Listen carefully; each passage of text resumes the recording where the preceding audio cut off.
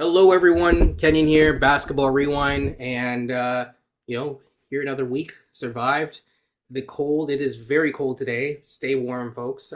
Survive, and then we're gonna have another snowstorm soon. How are you doing, man? I'm good, man. Yeah, you said before, man, the cold is a bit ridiculous. I was pumping gas, and my thighs were like freezing. It's like I haven't had thought about doing long johns, and who knows since I was like maybe like a kid or a teenager. But like I'm not the man to pull those out, man. Seriously. It makes a difference. I this is not a plug or anything like that. They don't sponsor the show, but I still wear Sorels from high school.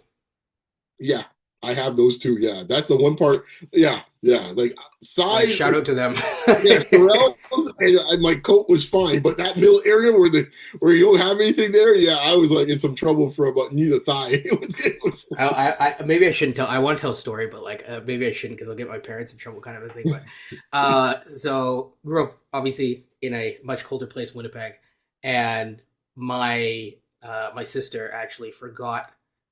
Somehow she lost her boots, hmm and my mom made her go the next day. Keep in mind this is Winnipeg, folks, so I'm not gonna say that like what the temperature was. I don't know, but it was Winnipeg cold, and my mom made her go the next day with like I think like rain boots or mud boots. That's a lesson. Yeah, it never lost anything again. Yeah. So shout out. Hopefully, it doesn't get my parents in too much trouble. They're too old for that. Statute of limitations has passed. For Old school, child endangerment old or school, whatever. man. Yeah, there's a lot of stuff, man. When you're of a certain vintage, man, where you're like up your Yes. parents, where it's like, you know what? I always tell my kids all the time is that you're lucky it's not 1982, you know. As, Just as, that as they help. say, if you do not learn how to hear, you will learn how to feel, Yeah. or maybe lose feeling. But yes, exactly. Some gnarled thing. Going into basketball because that's the main topic of today. As much as we can shoot the breeze. Actually, one other thing. You have a certain jersey on. I used to cheer for that team when I used to watch football. I no longer watch football on a regular basis, but technically, we would be cheering for the same team. Just so you know. It's the only NFL game that I've ever been to was a Seattle Seahawks game as well.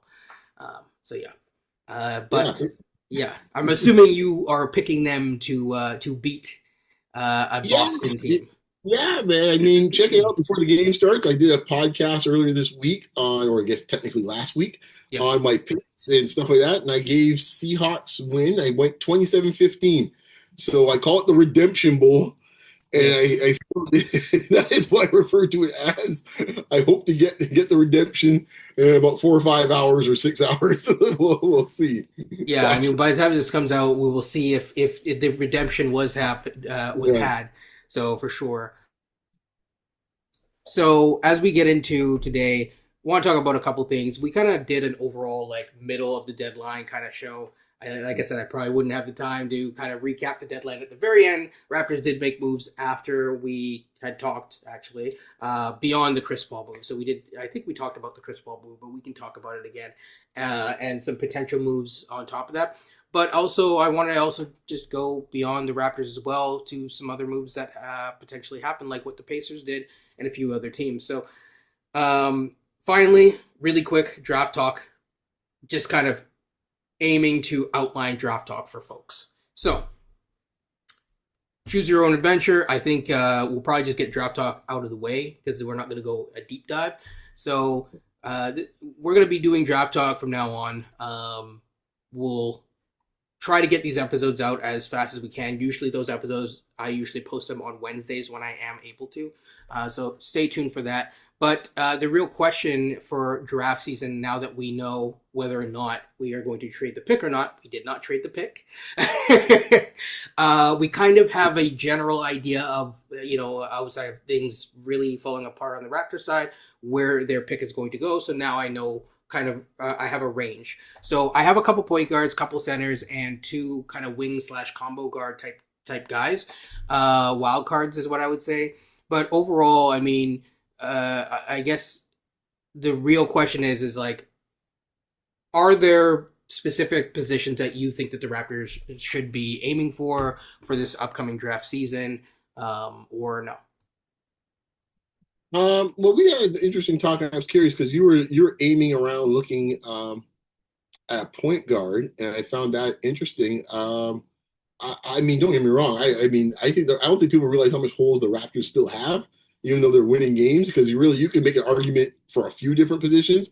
Our friend in this case here, Reese, we know where he wants to go, and I think he probably has the majority of people on his side, which is a center, which would make complete sense. I'm going more in the middle. I'm kind of like Goldilocks, not too hot, not too cold. So for me, so I'm not point guard that. I'm looking for possibly someone who could get a bucket, like more of a creator, likely from the wing position, that could actually or two guard position that could actually create for this team. Right. So you'd be looking at like a Kareem or Kareem Lopez, for example. Is Yeah, something yeah. like that. Yeah, I mean, or if one that, or if depending on where we sit, if someone happens to drop a little bit, like something, just to kind of give someone has the ability to kind of, potentially could be a three-level score, because right now we're so predicated on trying to develop stuff from the Darko offense that it's a tough slog some nights, man. Yeah, I mean, the person that I really want to fall, although I know it would hurt some people's hearts to see him on the team because he would definitely eat away at minutes. I don't see him falling this far, but maybe he falls far enough within the top 10 that maybe it's possible, and you kind of slink down, and there's kind of a meeting of the minds, and you're able to trade into this. It would be Keaton Wagler. Mm, You yeah, know, the he's kid, the kid that's gone off a couple times yeah, recently. yeah, yeah. He 6'6" shooting guard. Obviously, yes, we just got rid of a shooting guard in some ways. um, but this kid, I'm sorry to Grady or Jacoby, this kid's better.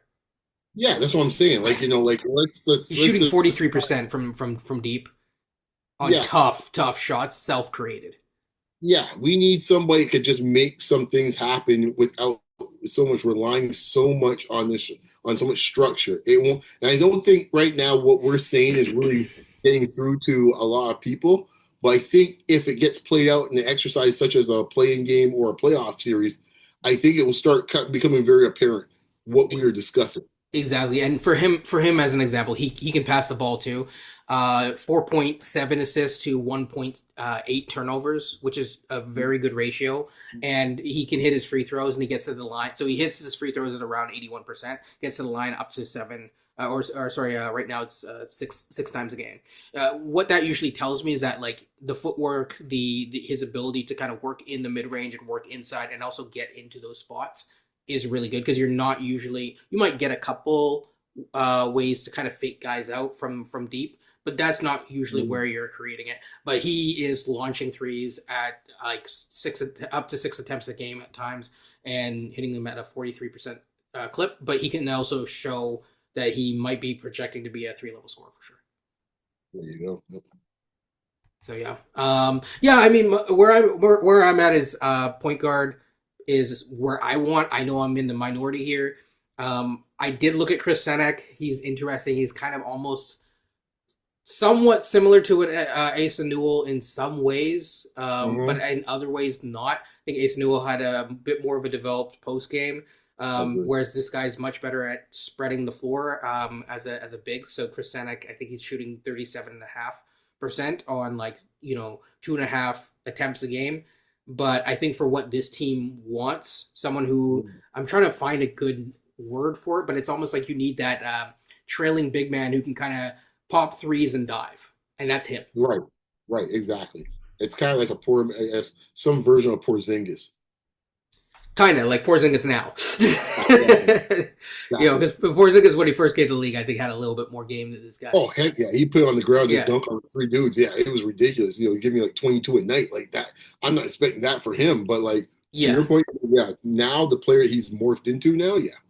yeah. I think Chris Senek, his dribbling skills need a little bit of work, but yeah, we won't go into it too in depth. I'm just gonna toss the names out just to prime people. So there's a day Mara again. Sorry if I mispronounce things. There's Patrick from Duke. I already mentioned some guys, and then the guards that I'm interested in is LeBaron Fillon, Mikael Brown Jr. and Sergio as well. I mean, those are just guys that are going to be in our range. I mean, obviously, I do think we should be talking at some point later on about the top guys, but realistically, like we're not going to be in the sweepstakes for AJ to advance, so more than likely. Agreed. If we Yeah. are, stay tuned. And then there's only one other guy that I'll talk about just in passing, which is a cuff from Arkansas. Yeah, I was wondering if he was going to be on your list. I couldn't remember if you had him on the list or not, but yeah.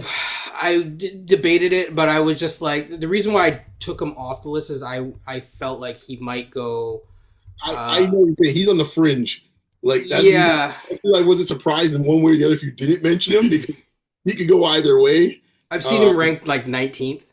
Yes. Sturts is also very interesting, but I lean against Sturts. I mean, we already have a senior type guard. I know Sturts is kind of filling it up today, but I want someone who's younger, who has more room to grow. The body might grow. There's also he's kind of a shooting guard, small forward as well. The guy from Baylor as well. So Baylor, one more. Why not? yes, yes. But let's. So that's my thoughts for draft thoughts. Moving into the other interesting things. So first things first, or not draft, but deadline happened. What was the most surprising move for you with everything happening? Um, well, I kind of mentioned on my pod too, and I thought I mentioned you guys that day when it happened. I mean, I'm still the Triple J still got me kind of, like even though I mentioned it here on this show, I think when we were talking about, I think we were having the Sabonis Morant AD discussion that one a couple weeks ago.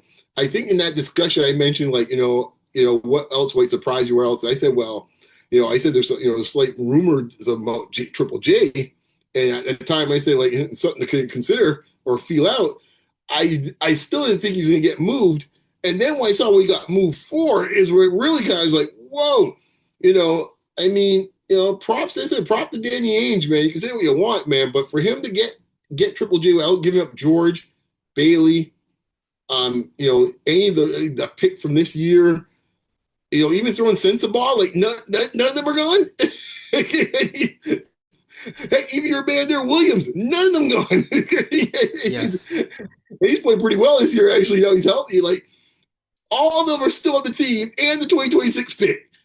And he's sitting there, and we knew they didn't want marketing because they want the money. So we knew that he was never going to be part of it. I think marketing's gone at the end of the season. But nonetheless, the other guys, I'm just amazed and stunned that not one of them was as like a focal point or centerpiece of this deal going back the other way.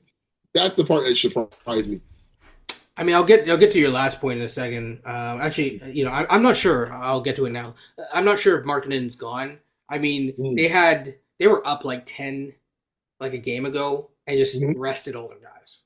Mm-hmm. Like at some point, they just got to stop doing that and just see what they have. And I do think that they have enough. And I don't know if Markkanen's going to really get you. I mean, he can score with the best of them, but I don't know if he's the guy that you're building an offense around. But we'll see. Like as a solo act, obviously. Well, we do know what he's up to, right? He wants the kid that plays for his town. That's what he wants. Oh yeah, right. Yes. So that they do want a certain AJ Debance. Yes. It's been a 2-year process to get to this point today. Like he ain't letting go of the rope now. It's like, sorry guys, we're up 10. Screw it. Yeah, there's a world where AJ Debance is very interesting to them. So yeah, from that standpoint, pairing him with Ace Bailey potentially could be interesting.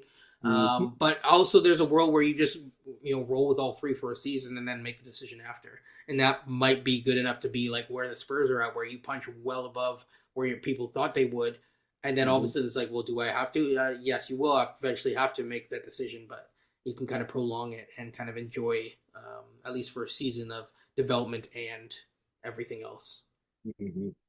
So should be good. To me, it was the Pacers. I knew that they were hunting for a center, but I thought that they would go a little bit smaller game hunting, if you will. I thought that they would get like more of a, like, hey, I'll get John Collins call today. Hey, I'll get Goga Pataze or Daniel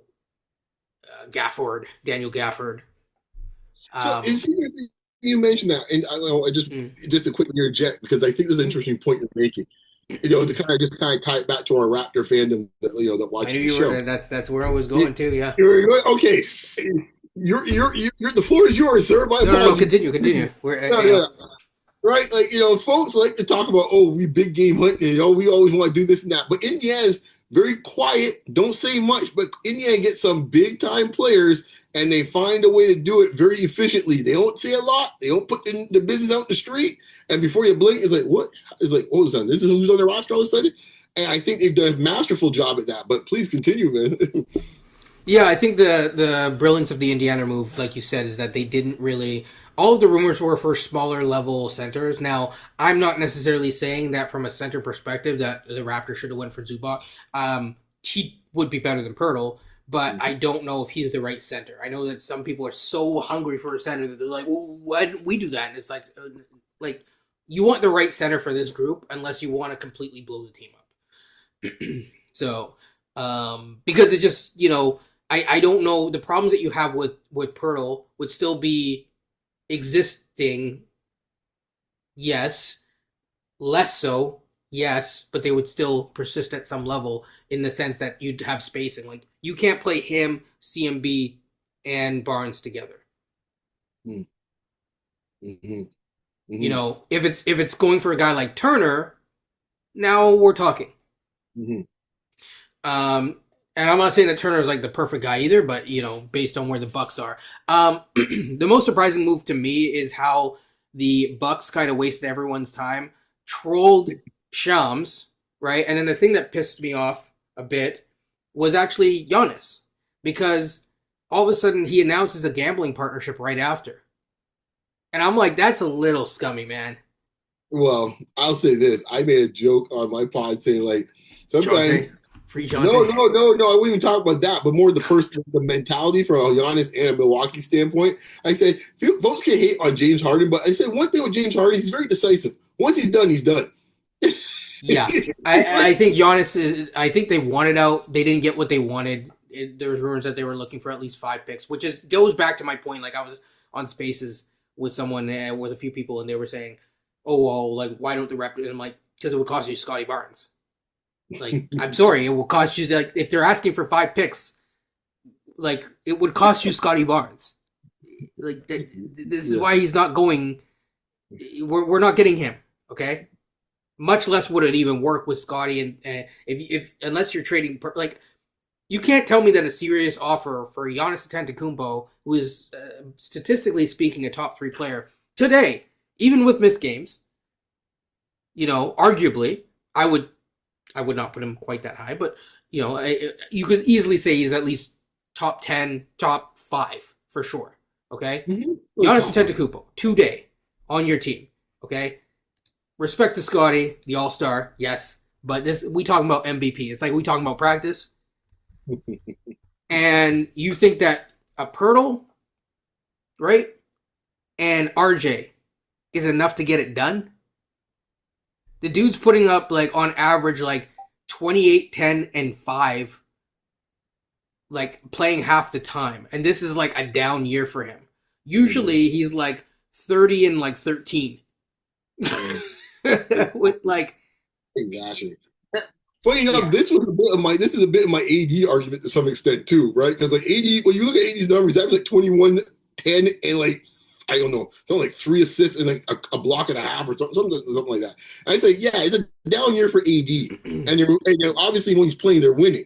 But he's still AD when it's all said and done. It's like, and there's the politics, which I think you're getting to in this case here, where it's like, either one of them, you trade them, you got to go back to your fan base and tell them, like, oh, yeah, we're trading a top 75 player of all time for a guy who's got a bad bat for the next 4 years. Yeah, now with AD, it's a bit of a different argument because just the way that Dallas fans are, and I've talked to other Dallas fans beyond yourself, and the second that they traded Luka, it's like that's all that they're seeing. They're just like still looking back at the ex-girlfriend, and that's it. But that's my point, because now you're gonna sit here and say I traded essentially I traded Luka for a guy who has got a bad bat for 4 years. You got 29 games out of specifically. Right. That's why I got an RJ Barrett. If that's what I get, that's what I'm getting. That's the reason why. Yeah, you see, you chuckling. You even Maverick. That's why when you all make all these deals, I'm sitting here like, okay, let's tell me when this discussion's done, because this has never happened. Look at what he went for, right? Like AD went for like 2 picks and like not that much. But he went for the picks though, right? Because how many Dallas fans said this? How come when you trade? But it's not even Washington's pick. Fair enough, but there's still picks though, right? Because that was the issue with Luka. They were Yeah. getting picks out of it. Remember, that was the argument. They should have gotten more for Luca. I'll just Right. be So like now they that. got Like the to give the other side credit, I understand that Luca with the workout stuff and all that, but they should have gotten more for Luca. I think that there was definitely an fair, argument there. fair enough. I still understand the rationale, but when it's all said and done, they got picks now. So that's an easier argument to make than what Toronto would have been offering. Is like, huh? What? Yeah, I mean the picks weren't good. I'll just be honest. Like in terms of meeting that price, I'm not sure that it was a bit risky for Bobby's world, but to meet that price, it was possible. What Mm-hmm. Washington did offer, which Toronto could not, and this is the key thing where I'm kind of circling it back to Toronto, is Toronto did not have the right salaries to give up, where they could just give a Chris Middleton, for example, who's just expiring. If RJ Barrett or if we didn't sign Jakob Pearl to that extension, voila, now Right. you actually have a situation where We can talk. we can talk. So Right. next year, that's why it's like, depending on how they do in the playoffs, the summer could be very interesting because they are going to have essentially the expiring to give up to a team who's looking to like trade down. Kind of, it could be a team that looks to trade, back, and then they move back during the season, a la Boston Celtics. Mm. I guess we'll get the Bobby section if we do about that. I'm still not sold, but go ahead. When I say this, I'm just saying that this is what they can do, whether they do or not. I'm gonna give you. I'll give you full credit, right? Because you call it. I want to give folks the reason why you should listen to Basketball Rewind. This man told you about Chris Paul offers and have that thing set up months ago. Now, here's the thing. That deal was there months ago. This keyword, months ago. And we didn't want to move on it. That's the reason why I said before I wait and hold back my powder on Bobby. But months ago, that's all I say. Yeah. And I mean, listen, like there's valid critique. I don't think people are hyper happy, but I do think that it does speak. This is where I disagree with some of the people that we talked to. People are suggesting that this is the front office saying that this is a bet on the team. I don't think so. I think it's actually the opposite. I think that they're like, and you could even hear it in what Bobby said. It's like, I don't think we're ready yet. Well, then that's telling you that he doesn't really, because if they truly believed that they had a chance, they would have went for something, or would have been more inclined to go for something. Preach, preach, preach. I said so last week when I said that probably said, you guys want to jump down my throat. I said, you know what? And when I said straight on the pod, I said, I don't believe in this team. And I said, you know who else don't believe in this team? Robert Webster. Yeah. He too don't believe in this team. Okay. Yeah. Now the team is doing well overall. They did have a couple games recently, so that was interesting. Where the games have been like kind of in and out, and have exposed like some of the things that they've needed. They did get a center, so to speak. What did you think? What is your thought on TJD? It was hilarious, actually. I was on a space when this news broke, man. And let me tell you something, boy. They're getting the live raw reaction, man. I think one of the guys that we discuss with stuff all the time. I won't mention who it is, but he had the funniest line. I can't lie. He goes, wait a second. We got a man on a rookie contract. Is like is that 26 years old? Are you serious? I think I know who that would be, actually, which is funny. Oh my god! Yeah, funny phrase. But I was like, don't get me wrong. I was trying to defend the young man a little bit because he had a nice rookie season. He did, but boy, when you start looking at the numbers, looking around the finishing around the hoop, boy, it started getting a little rough. It's Bobo-esque without being Mobo. That was also the discussion. It's almost as if you were there. I was not, by the way, folks. I really was not there. But that's the part when these guys are relaying. I said, "Oh my gosh, you guys were actually in the space." That's exactly what they were saying. The same thing. The 39% field goal percentage. They're killing all of the stuff. When people were talking about RJ Barrett and Grady last year being bad finishers, you know who was right there with them? This guy.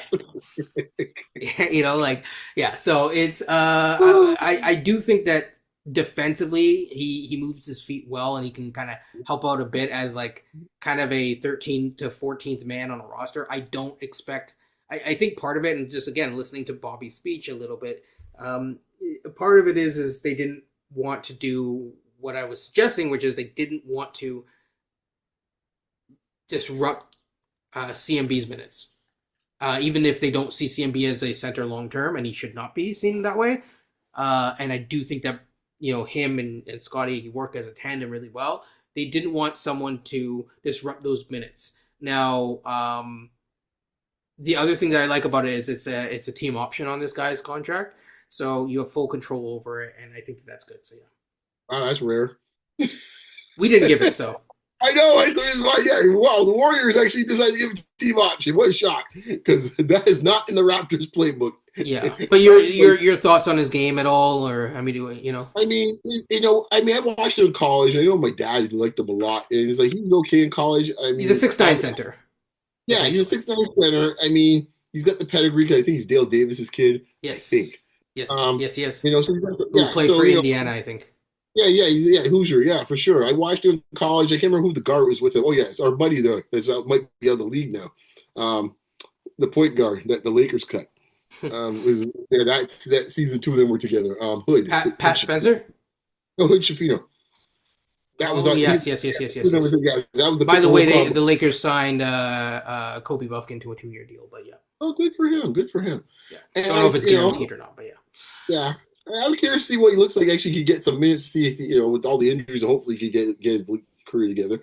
But going back to the Trace, I mean, he's the only thing I'll give him credit for. At least this much, he actually offers a different body type for this team.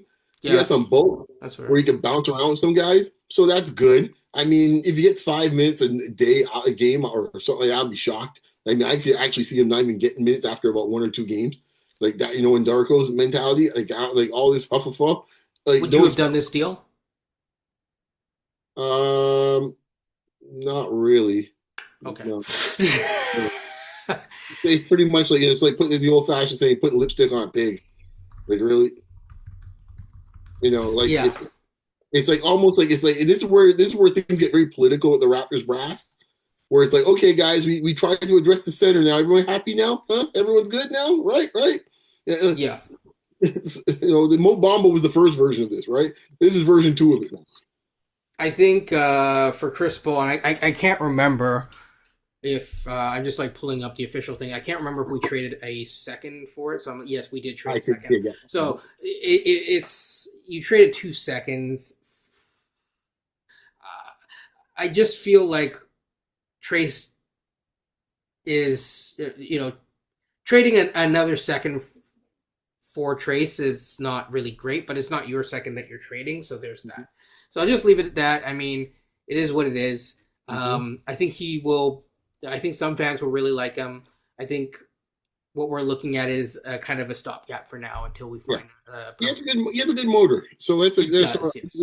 So he won't. I just don't want to oversell it, where people are like, oh, like it's just like we got an upgrade on Mo Bamba essentially, and then you don't have to complain of why isn't Bobby signing Mo Bamba. Actually, I'll give the Raptor fandom credit based on what I've seen and heard so far. I don't think we have to worry about overselling it. I think everyone's very much wide open when it comes to this move. I think right now, I'm saying this is the move. What's an interesting perspective? We are undefeated in the Jackson Davis era. So, right. Yes, and I think it's an interesting perspective of maybe the tides are changing when it comes to the Raptors fandom, because they're not taking everything as as gospel, and I think that is actually a positive thing from a bigger standpoint of wanting more.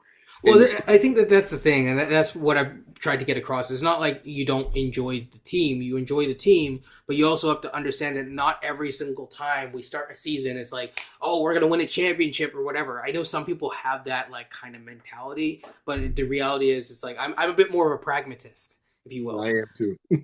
And so yeah. So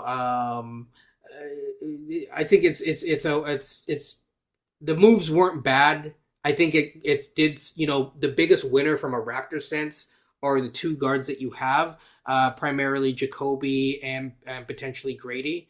Those 2 guys will be benefiting from extra minutes. I mean, the game after, as soon as RJ Barrett was injured or sat out or whatever, lo and behold, Jacoby played 30 minutes. Normally that would not happen. Those minutes would be distributed, including with Ochai. So a big win there.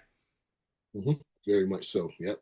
Onto the Pacers move. I thought that the Pacers move, kind of swinging back to that, I thought it was good. The one thing that I would say is that some people think it was a bad move or whatever, uh, because they gave up this year's pick. Hold the phone. The way that they protected it, it was 1 through 4 and 10 to 30. So essentially, there's this middle range where if they don't win the lottery, you have to give up something. But if they don't win the lottery, then the Clippers get the pick. Right. Right? They might have assessed that the guys in that range may not be the right guys for them in terms of fit with their team. Right? Yeah. But if they're in the top, if they win the lottery, or if they move up high enough so that they're, basically on the edge of the lottery, still a lottery pick, but still like 10 through, if they had the same pick the Raptors had for Grady, right? Or it's a 13th pick, they're keeping that pick. So I thought it was a good way to kind of get it. And then I think it's a 2029 pick. And if the 2026 pick doesn't convey, it adds an additional second, which the second is whatever. So, it is a risk.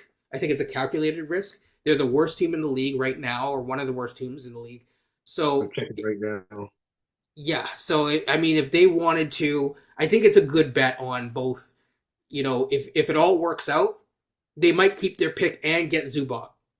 The Pacers right now are the second worst team in the league behind the Kings. Only the Kings are ahead of them. Yeah. So they have a good chance they're going to be in the top 4. Yeah. So that kind of covers it. I don't want to like dunk on the lack of moves, but people were not really happy. But I felt like if we weren't gonna be looking long term, then it may not be the best move. What I think it will happen is that if the Raptors, depending on how the Raptors finish their season out, and depending on how the overall playoffs play in, whatever happens, that's going to speak a lot to what they're going to do, because that's going to inform you everything that you need to do. One thing I mentioned too, as a takeaway from this trade deadline, I guess specifically how it impacts the Raptors. Well, first thing, actually, I'll tie back the Pacers part to it. One thing I'll say with the Pacers, this also, for Raptor fans understanding what's going on here. When it comes down to this trade was almost, in this case, was an indictment on Mathurin, right? Like this was like, okay, we are now assessing, and we're like, you know what? We don't see you as part of our future.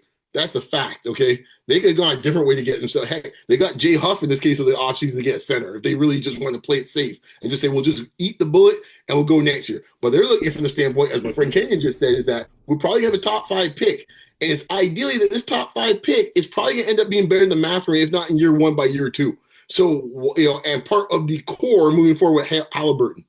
I mean, to be fair, it's a top 4 pick for them, but yes. Top 4, right, exactly. So in this case, so their mindset is like, why would I pay extra money for Mathurin who I'm going to draft a guy likely that's going to be better than him? Yes. So it made perfect sense for them to even take the calculated risk to your point. Now, to my overall point, and this speaks to the Pacers as well too, is that look what's happening, folks. Indiana got bigger. Boston got bigger. Everyone got bigger. Washington got bigger. Cleveland is still Cleveland. And they got better, by the way, so they improved. Boston got bigger and healthier, we'll say. And healthier, right. So look at who got bigger, and all these teams got better. And, the Raptors in this case, quite honestly, is at neutral. So they're just saying, like, when we're looking at playoff matchups, this is what you're dealing with. To project out into the future, because this has been asked before, the question is like, well, what happens in the future for a Raptors team when they're trying to, like next year, for example, talent-wise? The real question is, it depends on the end of the season. If they fall out of where they are, potentially purposefully, and do like an ethical tank where they make the play-in, get a couple games, and then they're out. And then, like, who knows? Maybe they might be, the next winner of, Darren Peterson or one of these guys. Come on down. That changes a lot of things. Right. Even in the 13th pick, that's pretty good. Even in where I think that they will end up, which is probably 17 to 23, I think is probably a good sweet spot for them right now as it's looking. I think overall, like that's still a pretty good place to be. So, well, to your point, everyone focuses on Dallas being out of the play-in and get the number 1 pick overall, but people forget Atlanta had the same situation the year before. That too. I don't know if lightning's going to strike all the times. No, I'm not What? saying that, but you can move a lot in this case. Here's what I'm saying. Like all of a sudden, you think you're out of the play. It's like, oh Well, man, it. Unfortunately, you're either moving into the top four or you likely move back. That's back right. But or it you gives you the stay. possibilities. What I'm saying. Like all of a sudden now, it's like, okay, now do I think you're getting number one overall pick? No, but you might. Who knows? Maybe you get number four Yeah, because the way I also look at it is in terms of lottery odds and all that. It's not always about that. I mean, just sometimes having a, you know, I'll use Grady's draft as an example. I know everyone talks about, Keontae George, and you were a Keontae George fan. But imagine if you were a couple spots earlier and you got like a Thompson twin, hmm right? hmm Like that just it looks a bit different. It may not Yep. be like for some people it's like, oh, I really want this, or some people get hyper focused on a skill set. It's like it Right. just gives you more options. So Right. that's been always been my argument. I know some people are like, oh well, Bobby and Masai are geniuses. Masai's not here anymore, and like they've circled a guy in this range. It's like no, they don't, No, they because that's don't. really hard to like. They might be fine being in that range, but it's still really hard to make that calculus because your guy may not be there. Guys fall, guys go way higher sometimes, all the time. It's a very huge risk, especially with the abundance of information that's out there. So yeah. But also, too, part two of this is that even if you get that guy, based on how we tend to manage young players, there's no assumption that the Keontae George we see today would have been that way in Toronto. I think he would have been because I think number one, the way that he plays, um, like whether skill set wise or just in general, I think that he's a guy that he just takes it. He ain't waiting, right? So No, I but think a guy who can like get his own offense and kind of run a little bit because to be honest, he ran a little bit of point guard early on in his career, yes. and like we didn't have that. So it's like if you're asking me like, okay, would Darko rather play him or Flynn? I'm guessing that he would have got the nod over Flynn. But well, you say so, but in this case, I think No. it's signed up Dennis Schroeder, is what I'm saying, right? Yeah, Like, but Dennis Schroeder still needed Flynn to cover. right. Well, yeah, but what I'm saying is the minutes that you're expecting that you're getting in Utah right now is like I don't know if that we would have done that because Utah decided to clear out stuff Yeah, as soon as possible.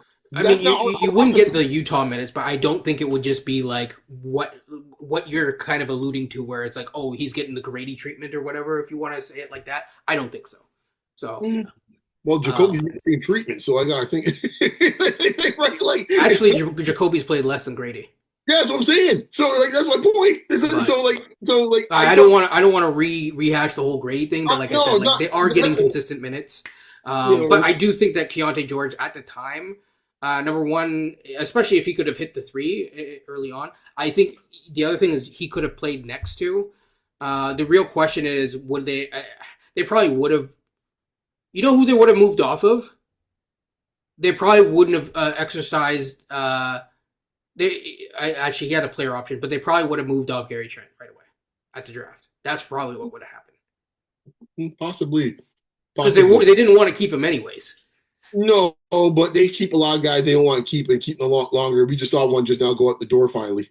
Like Yes. right, so like that's all I'm saying. Like I just look at past this prologue. I just look at how this franchise operates in this era.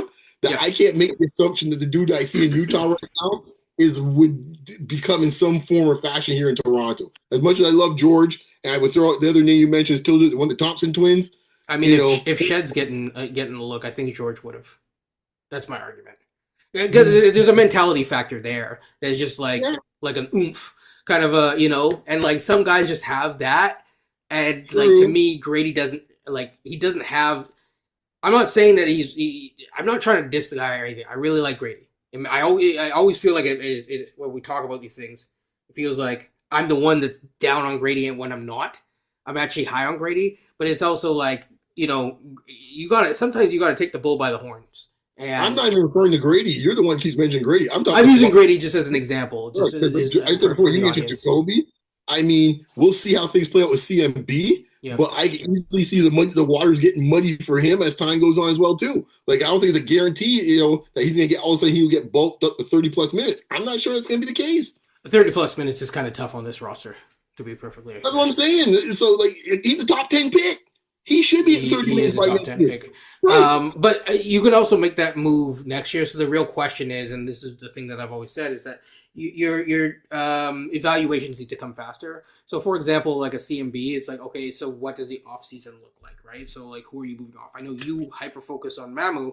To me, I would see, okay, number one, CMB, I would say here are the things that we want you to work at. Here are where your minutes are going to come from if you work on those things. To me, the minutes should be coming from more of the forward spot and kind of move him, bump him up to more of a small forward and play more like, say right now he plays a lot of the minutes down low, maybe as a 4/5. I would start seeing, okay, like can he start playing as a 3/4? Because if he can, that's where you're going to get a lot of minutes.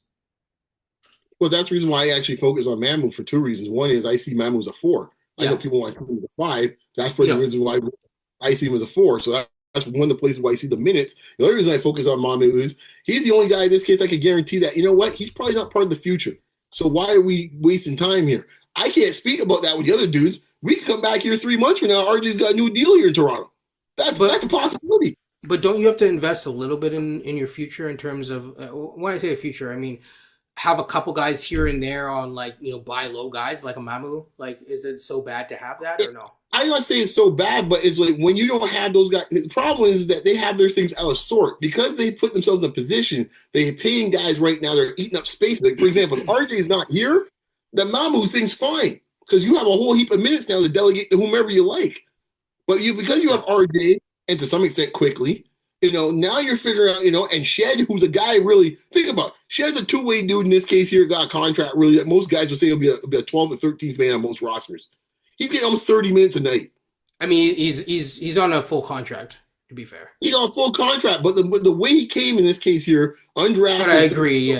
Like, right? Like well, those not guys, undrafted, but he wasn't first right? round. He was He's guaranteed. like mid Those guys 40s or don't, whatever. right? Those guys don't get that type of pull where they're getting Yeah. 25 to 30 minutes a night. No. That's so I'm looking at it from that perspective. It's like, okay, we have guys that are obviously not going anywhere. Shed's probably gonna get a new contract. Where I So think that the minutes, to your point, are going to come from, where I think that number one, it depends on like if Mamu's going to cost too much, then he's gone. right, But that's based on it. how he's playing, I think that it's a lot easier to just move RJ out, and that opens So, up. Sorry. you would think so. Well, he's going to be an expiring. I'm just like forget Right.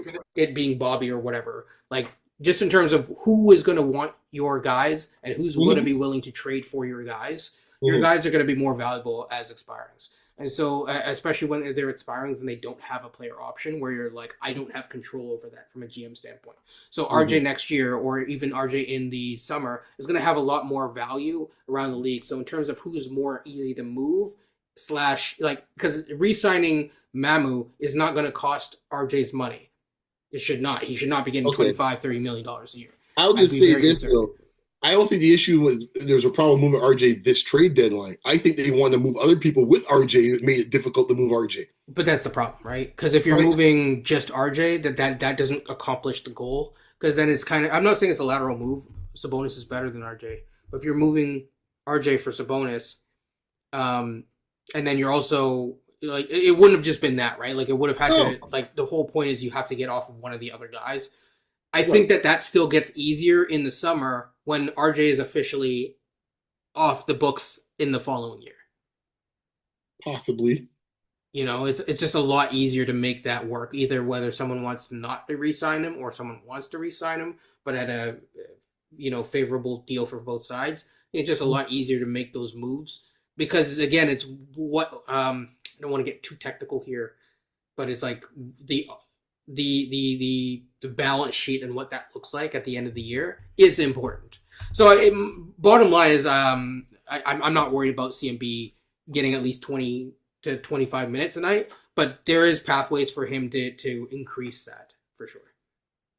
Yeah, that's all I'm saying. Like he's showing enough. He's a top 10 pick that he should be getting close to 30 minutes in my mind. But because there's so much brush that needs to be raked away that that they have not done yet, Mm-hmm. and as you mentioned before, we'll see in the off season. That's what's causing a lot of things. And it's not so much I'm anti Mamu. Is I'm just looking at the reality. It's like, well, I'm looking here. It's like unless something drastically changes, Mamu's the odd man out. And to your point, Mamu's played well enough that he might be a little too costly too. So Yeah. I think again it all comes down to RJ. The amount that they've signaled that they want to move RJ so many times. I think I don't think that this in the amount of times that RJ's come out and say I want to play here, right? Like that usually doesn't work out in this market. So, yeah, but we'll see. We're between now and then, I would I think the focus will be on gearing up for the playoffs, play in, and seeing what happens. As of the filming of this, last time I looked at the scoreboard, they were tied, or I think the Pacers were a little bit ahead. I don't know what the oh, Raptors are up by 6 now. they're up by 6 now, so we'll see if they can close it out going into the fourth. But moving forward, they are going to play the Knicks. I believe they play. Sorry, I'm looking at the wrong thing. I know that they play. I know that they play the Pistons. So sorry, they play the Pistons and the Bulls. Am I looking at the right? That's Sorry, another team. yeah, they do play the Bulls again. So yeah, they play the Pistons and the Bulls, but in between there is the All Star game. The Harper family is going to show out on the middle end. In terms of the shooting stars skill competition type thing, it looks like it is a battle of big men from a Raptor standpoint because it's going to be Scotty Barnes with Chet and another. So very interesting stuff. Final thoughts as we get out of here. Hey man, I'm curious to see how the Raptors handle the issue of size. I think Detroit's another team I forgot who got a tad bit bigger as well too.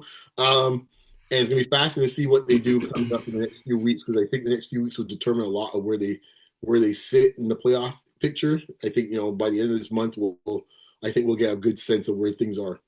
Yeah, and I'll just say for folks, just because I saw someone tweet this, size, yes, isn't everything in terms of centers, but it sure does help, and like not having the size gives you a disadvantage. Yeah. So, like even the person that had outlined that, they admitted it because I brought up CMB. They're like, well, actually, I don't think CMB is a center. I'm like, that's kind of the problem. Is Yeah. he is 6 foot 6.5, and he's forced to play center, and that is way too small. Like it's at some point, it's a little bit ridiculous. Yeah, man. So, Folks that be doing calculus or finite. right, I hate that. true. Would you and discreet? Would you go for because they're gonna waive CP3? Would you go for Cam Thomas? Um, not that I don't like Cam Thomas, but no, on this roster, no.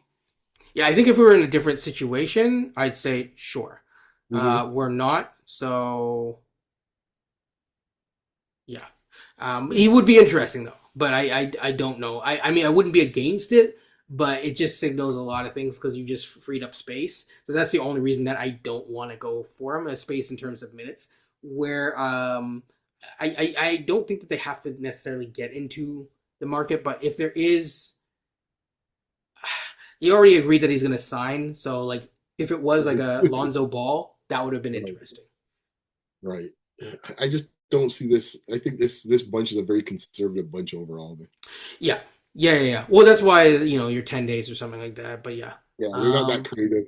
I no, never no, found no, in no. that. But yeah, Alonzo Ball or like if Mike Conley wasn't going back to where he is, those are the type of moves that you'd be interested in doing. But like as you said, like I don't think, and to be honest, that's why I don't think that they're in a rush to get into to waive Chris Paul because I think that they're trying to like kind of be vulture-y, kind of wait like they're use all the buzzword optionality type terms and see what's good. With that being said, it's Basketball Rewind. I think that is a pod. I think you're ready for the Super Bowl. Your thoughts or no thoughts? Hey man, you know what? Go Seahawks, man. There you go. We made it rhyme. Take care, people, and peace.